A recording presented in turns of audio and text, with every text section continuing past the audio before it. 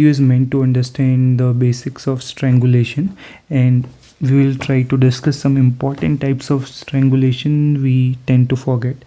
So strangulation actually is asphyxia, which does not involve the suspension of body, unlike hanging where we have suspension of body. In this case we have no suspension of body, though we have the compression of neck that may occur, but here we do not have any kind of suspension. That is the point to be noted. Now, important types we tend to forget. We will start with the first one. We can see here the neck is holded from behind with the crook of the elbow, that is angle of the elbow, and the attack is from behind. This first method we tend to forget is mugging. Okay, so the victim neck is holded from behind with the crook or the angle of the elbow. The second method, we can see both the equipment as well as the method going on, and this method was an official method of judicial execution in Spain earlier, but now it is banned also in Spain. So this method, we can see this equipment and the patient is made to sit here, okay, and without any warning the ligature is around the neck of the victim or the criminal, say, and then using this lever we go on tying the rope. This method is what is shown in this image too. We can see this victim or the criminal sitting here, and we have the ligature mark that without warning goes into the neck of the victim, and then using the lever we go on tying the rope. This method is what is known as garroting. Okay, garroting, we involve a lever that ties the rope from behind, and this rope is go without warning going into patient's neck. The third method, here we see a patient.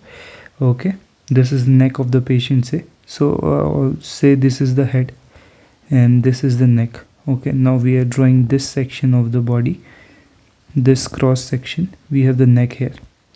Now what actually happens in this technique, we have two bamboo sticks. So this is our first bamboo stick and this is our second bamboo stick. Then we tie one end, of this stick, and then we go on squeezing the other end of the stick, and by this method we go on compressing the neck of the victim or the criminal, whosoever. This method, using two bamboo sticks and tying on one end, squeezing on the other end, causes a ligature mark on both sides of the neck. Okay, so we will be seeing a ligature mark on the neck which will be on both the sides, and this method is what is known as Benzdollah. Okay, this third method is Benzdollah. Notice this thing can also occur in the chest if these bamboo sticks, rather than placing on the neck, are placed over the chest. Similar bruise marks or the strangulation mark will be seen over the chest. Another method we need to know is when here we have the victim, one of the person sits over the chest with the knee over the patient, and with the hand holds the mouth and the nose of the patient. In this method we can see while sitting on the chest, we are having traumatic asphyxia as well as closing the nose and the mouth. We have smothering going on. This method, where smothering and traumatic asphyxia is occurring together, is what is known as burking. So these were four methods of strangulation, along with throttling and ligature strangulation, which are easy to understand.